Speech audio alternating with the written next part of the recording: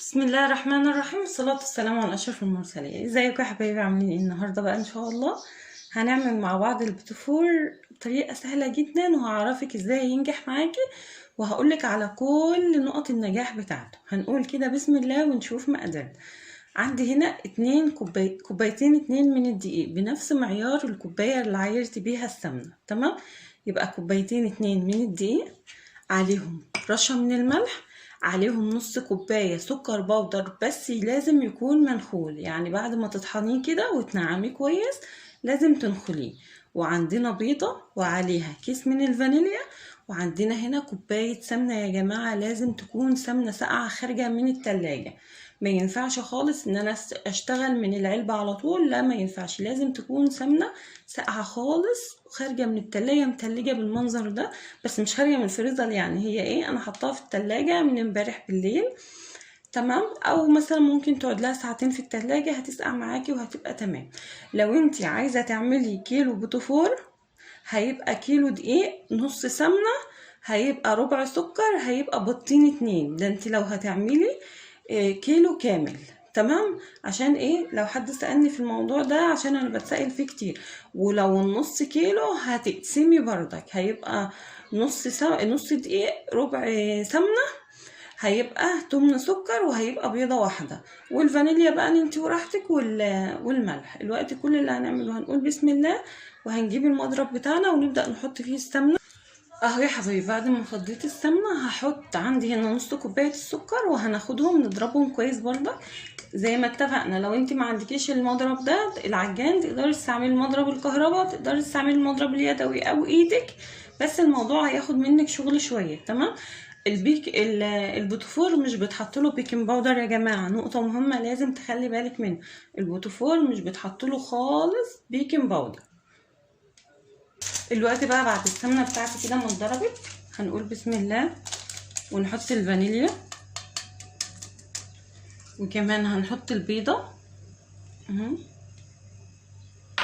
وهنحط عندنا هنا رشه الملح بسم الله، وبرضك هنرجع نضربهم كويس جدا لغايه ما ننعمهم. بصوا بقى يا حبايبي، بعد القوام عندي هنا بمقى كريمي كده بالمنظر ده حتى انت لو هتربي بايديكي برضك لازم توصلي للقوام ده ان شاء الله. الوقت الاول، اول حاجه هعملها هجيب الدقيق بتاعي وهاخد منه معلقه هرميه كده يا جماعه اهو، وهسيب دي على جنب. ده لو انت هتعملي البوتفور بتاعك ده شويه بشوكولاته وشويه بالابيض، وهبدا انزل بالدقيق بتاعي كده شويه بشويه، وبرضك بالمعلقه كده. تمام، القوام اللي احنا هنشتغل بيه ده ينفع للمكنه، وفي نفس الوقت ينفع لكيس الحلواني، يعني تقدري تحطيه في المكنه وتقدري تحطيه في كيس الحلواني. حتى لو ما عندكيش كيس حلواني تقدري تجيبي بلبله بس من بتاعه المضرب، بتتباع في اي مكان، تمنها مش غالي جدا، بتعمل تقريبا 2 جنيه ونص، تشتغلي بيها عادي خالص، وهوريكي تشتغلي بيها ازاي. اهو كده لغايه ما احط كل كميه الكاكاو الدقيق بتاعي واقلبها كويس، واحس انها خلاص ما عادتش اصلا موجوده.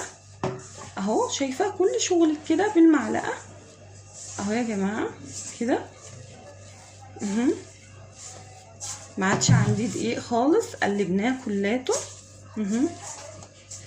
كده. لازم تشتغلي بسمنه ساقعه يا جماعه، ما ينفعش خالص تشتغلي بسمنه من الصفيحه، لازم تكون سمنه ساقعه. الوقت بقى بعد ما قلبته كده هبدا اخد نص المقدار اهو. تمام، هاخد نص المقدار احطها في بوله تانية بالمنظر ده كده اهو. تمام كده، والمقدار اللي هو لسه متبقي ده هنزل عليه بمعلقه الدقيق، وبرضك هنقلبها كويس. بعد ما خلصت الاولانيه هحط هنا بقى معلقه كاكاو وهقلبها كويس. عشان كده انا خصمت معلقه دقيق من الدقيق وضفتها للبيضه، وهنا هضيف لدي معلقه الكاكاو من غير طبعا ما يطولها دقيق، عشان يبقى انا عملت ايه، معادله، دي خدت معلقه الدقيق ودي خدت معلقه الكاكاو، وهقلبها برضك كويس. الوقت بقى حبايبي ده بيكون قوام العجينه يا جماعه اهي، شايفه بتكون حلوة ومش بتلزق في ايديكي اهي، شايفة؟ ده بيكون قوام. انت بقى لو ما عندكيش زي ما قلتلك قمع او مكنه من بتاع البوتفور، هتجيبي قمع زي ده كده، بيتباع في اي محل من بتاع الادوات المنزليه، وهتبداي تحطي فيه حته العجينه اهو بالمنظر ده كده. او نقطه مهمه بردك عشان ما انساش، الصواني لازم تكون ناشفه مش مدهونه اي حاجه. وكمان يا جماعه لازم اشتغل في الفرن في المطبخ من غير ما اكون مشغله الفرن، يعني على نار يعني الفرن ما يكونش شغال يا جماعه، تمام؟ عشان ما يبقى ايه، ما يسيحليش العجينه اهو كده بالمنظر ده. في ناس بقى بتشتكي بتقول ان الرسمه بتاعه البوتفور بتبقى تضيع منهم. اللي بيخلي الرسمه بتاعتك تضيع ان انت بتكوني حاطه بيكنج باودر، تمام؟ لو السمنه كمان خرجت منك بتكون السمنه بتاعتك مش سايحه كويس جدا اهو، تمام؟ لازم نشتغل على في المطبخ والفرن يكون مش شغال كده. شايفه الرسومات كلها هتطلع معاكي مظبوط اهو كده اهو كده بالمنظر ده. متحكمي بقى في حجم البوتفورايه زي ما انت عايزه. انا هحط البوتفور بتاعي بقى في كيس الحلواني وهشكله. بصوا بقى يا حبايبي، بعد ما خلصت البوتفور بتاعي كده يا جماعه، هقولك بقى يدخل على درجه حراره 160، يعني اقل من الوسط كمان يا جماعه. الفرن شغال من تحت بس، وتخلي بالك الصينيه اللي هتخبزي فيها البني لازم يكون فيها واحده بيضه. عندي هنا بقى فواكه من اللي هي بتكون مسكره دي، هبدا احط في كل واحده كده واحده للزينه بس مش اكتر. لو مش موجود عندك مفيش اي مشكله خالص اهو كده، عشان لو انت حابه حتى ما تزوقهوش مثلا بشوكولاته او حاجه، يكون شكله برضك يدي شكل حلو كده. بس بقى خلي بالك وانتوا بتضغطي عليها اهو يا جماعه. البوتفور لازم تشتغلي فيه والمطبخ يكون بارد جدا، ما يكونش سخن. ادخل البوتفور بتاعنا بقى للفرن، وان شاء الله لما يطلع نرجع نزينه سوا واوريكي شكله اهو. حط البيكنج باودر للبوتفور، هو اللي بيضيع الرسمه بتاعته يا جماعه. ما تحطيش بيكنج باودر خالص للبوتفور وهيطلع معاكي مقرمش وفي منتهى الجمال كده. ادخلها بقى الفرن، وان شاء الله لما تطلع نرجع نشوف شكله سوا ونزينه سوا.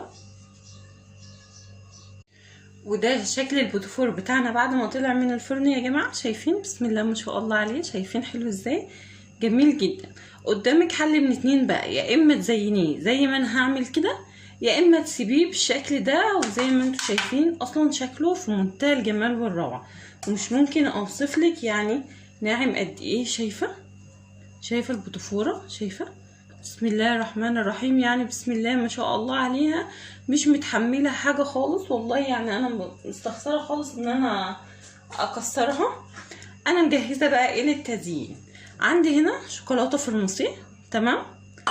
ما عندكيش دي ممكن تزيني بجوز هند، دي بردك شوكولاته فرنسي سمراء.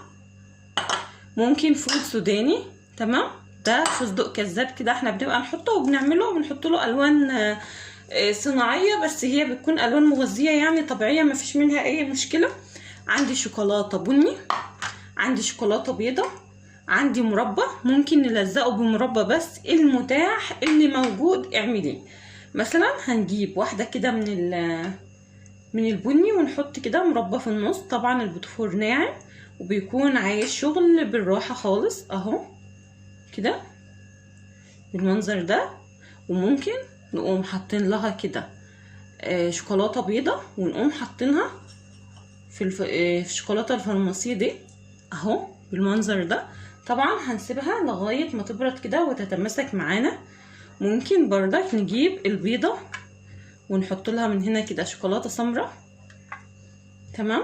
ونحط لها واحده هنا بردك كده، ونحطها في الشوكولاته السمراء اهو زي ما انت حابه. اعملي انت وراحتك.